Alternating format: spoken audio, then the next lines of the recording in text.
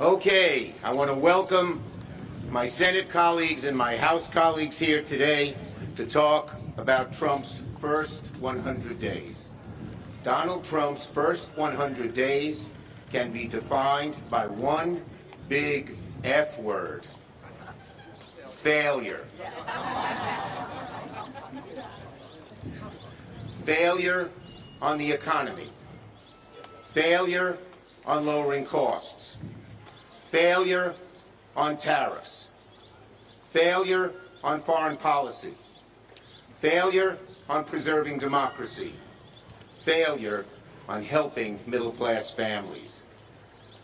Today's new economic news showed that Donald Trump is running the American economy the way he ran his family business, into the ground. Into the ground.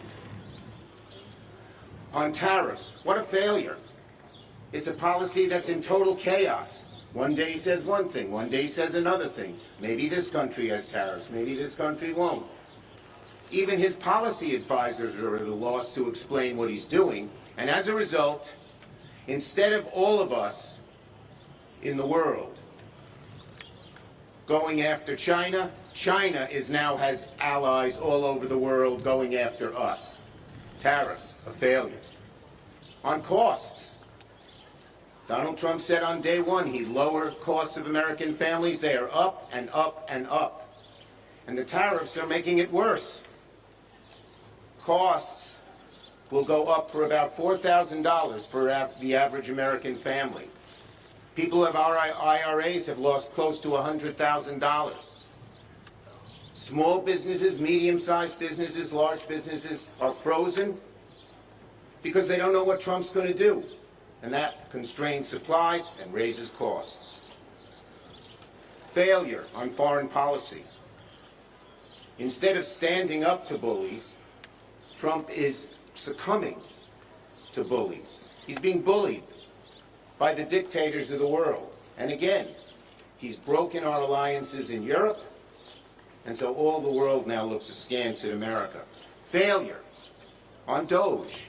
DOGE was supposed to bring efficiency. What instead is it doing? Cutting Social Security, cutting medical research, cutting costs. Failure on helping American families. Cutting taxes on the rich and paying for it by slashing Medicaid, strangling Social Security, hurting our veterans. Total failure on helping American families.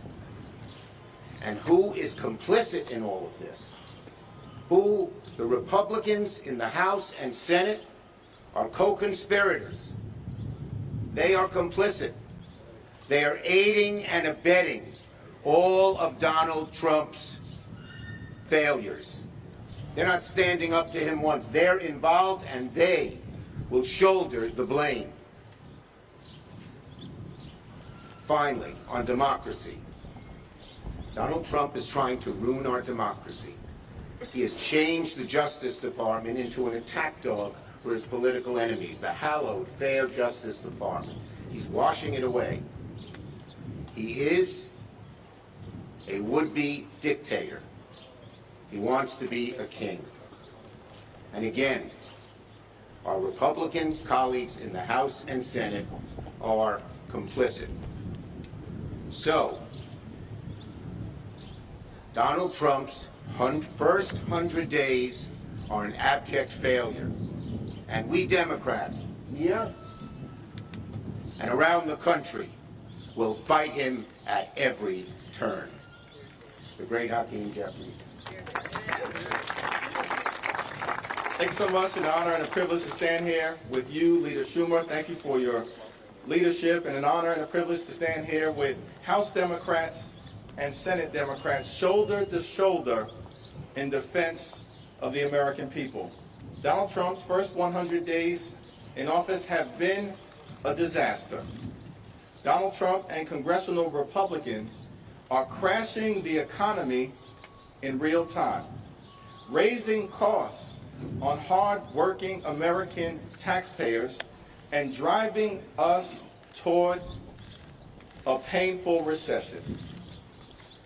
This is not Joe Biden's economy, Donald. It is your economy. It is the Trump economy. It is a failed economy. And the American people know it.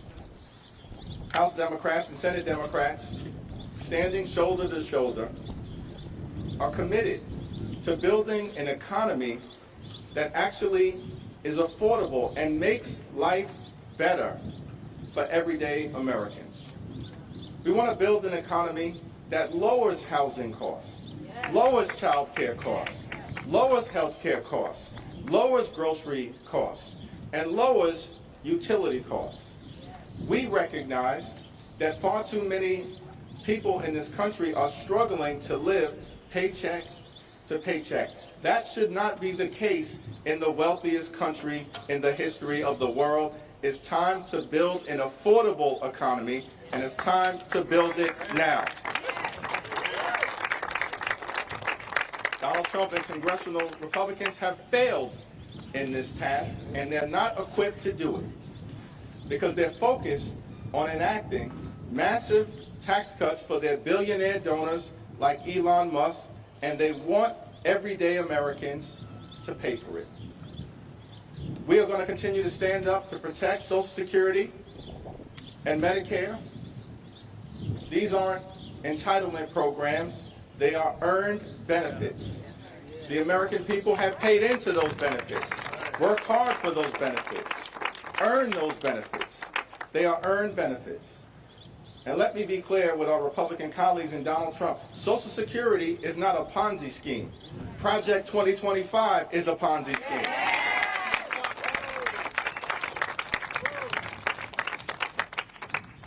We're going to stand up in defense of the health care of the American people. It is outrageous that Donald Trump and congressional Republicans are trying to enact the largest cut to Medicaid in American history.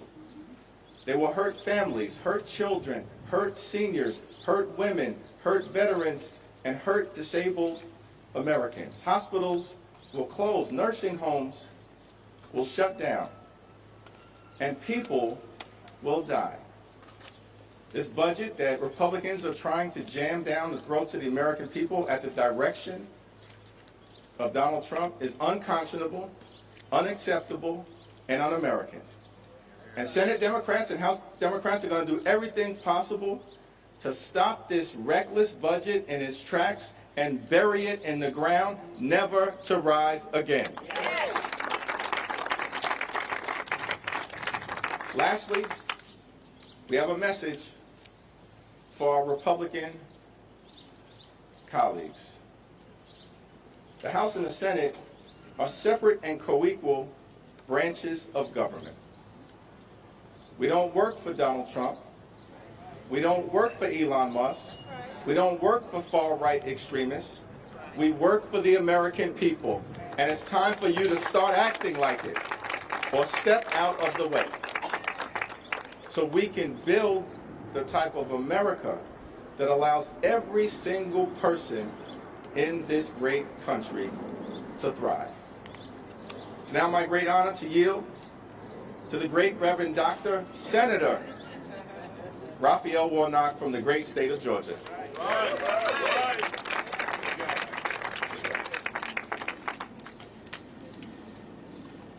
It didn't take us long to see what this Trump administration is all about.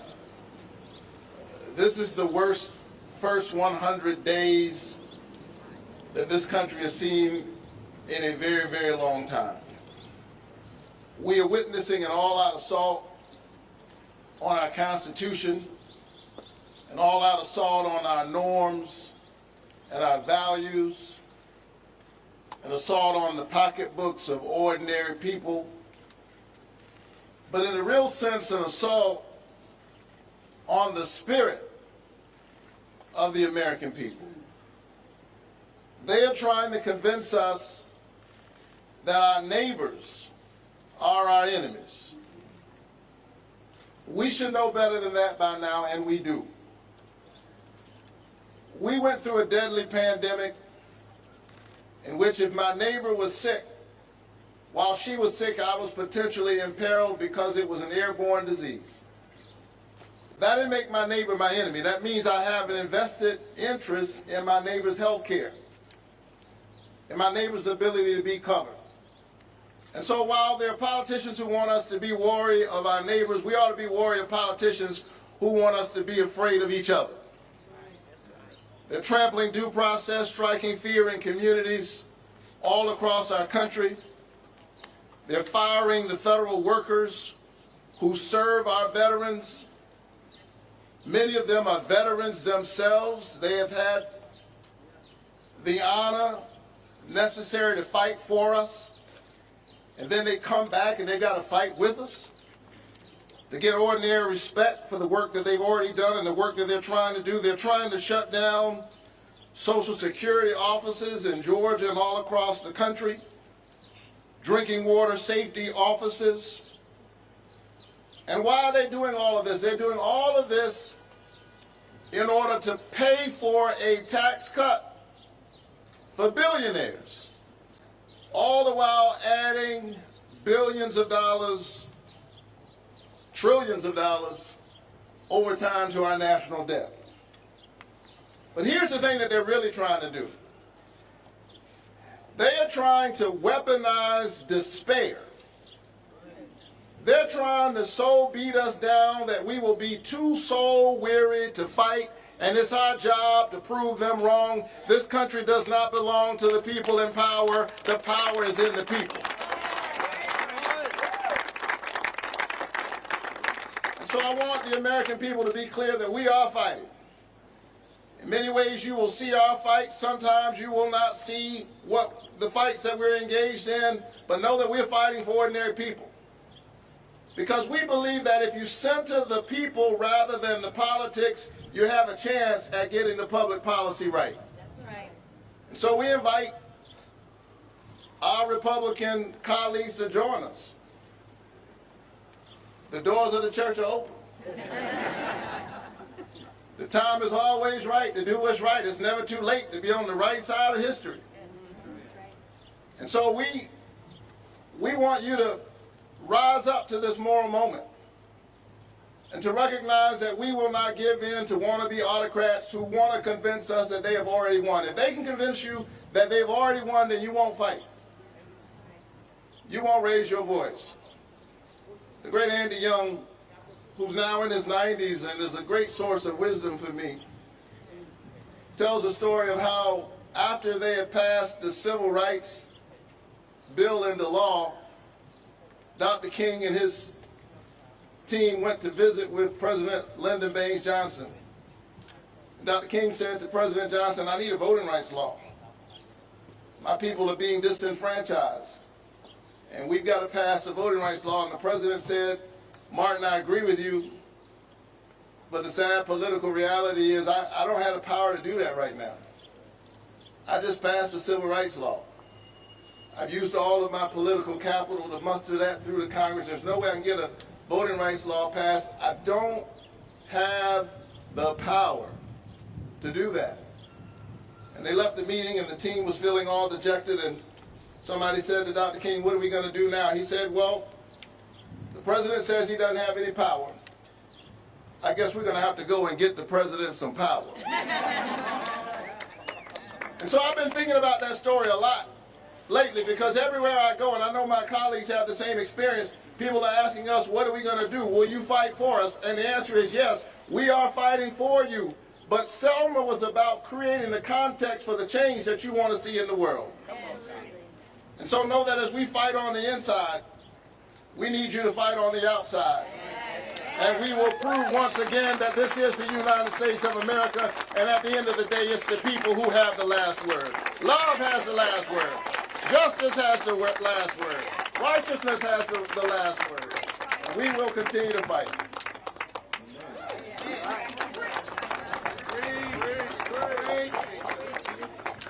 Thank you so much. What an honor and privilege to be here with Leader Jeffries, Leader Schumer. Thank you for bringing us together, and with my incredible Democratic colleagues in the House and the Senate. Fighters, each one of them. 100 days ago, Donald Trump came to this Capitol. He swore an oath, spoke to the American people, and promised to bring down prices. And then he started a trade war with our allies, and prices went up. He said we'd be a rich nation again. Then he collapsed the market, and trillions of dollars in savings have been lost. He promised a glorious destiny for Americans. Then he executed an agenda of, by, and for the billionaire class. And now supermarkets are warning they may not be able to stock their shelves. Republican politicians promised the American people they would have more money in your pocket, more opportunity for your family, more confidence in your future. But all we have seen is them take away health care, take away Social Security, take away veterans' benefits, take food away from children and seniors. That's not what anyone voted for. We look at the polls, but also go out and ask people for yourself. You'll hear the same thing that we're hearing. Ask my constituent whose husband is in final stages of dementia, whose financial survival depends on Medicaid. Ask the mom in my district whose son was born with spinal muscular atrophy, a proud college graduate who relies on Medicaid not just to stay alive, but to live a full life. Ask the veterans that I've met in town halls and round tables and in Dunkin' Donuts across my district. They can't get an appointment at the VA right now, and they are scared and think we have forgotten them. Ask the seniors who cannot get someone to pick up the phone at Social Security. In red, blue, and purple districts, Americans are saying this is not about politics, this is not about an ideology, this is about the fact that politicians are supposed to work for the American people, not the other way around. And we see the Republicans in Congress choosing their careers, their political survival over that of their constituents, listening to Donald Trump and Elon Musk and their donors instead of their own voters. Their voters are speaking clearly.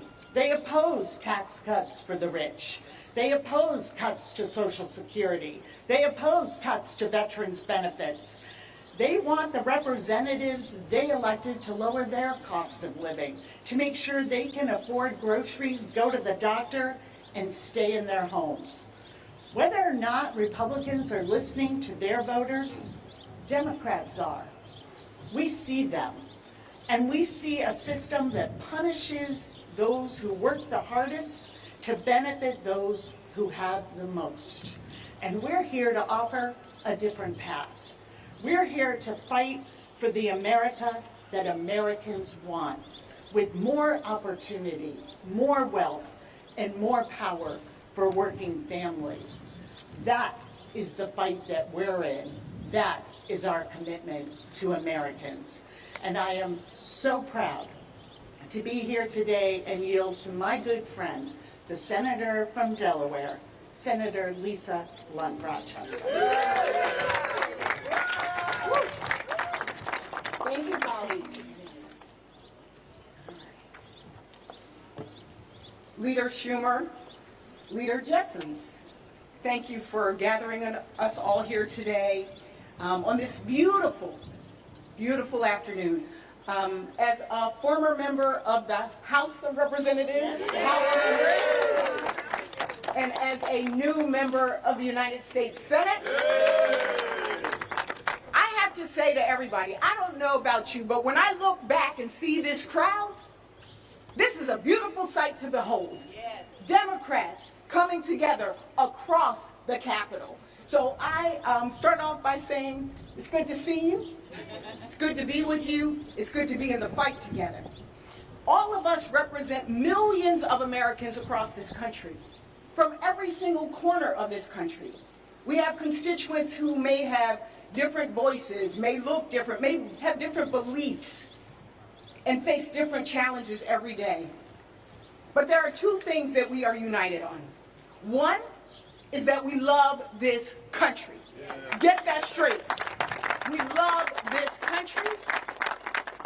And for so many of our constituents, and for us, we feel a sense of urgency in this moment.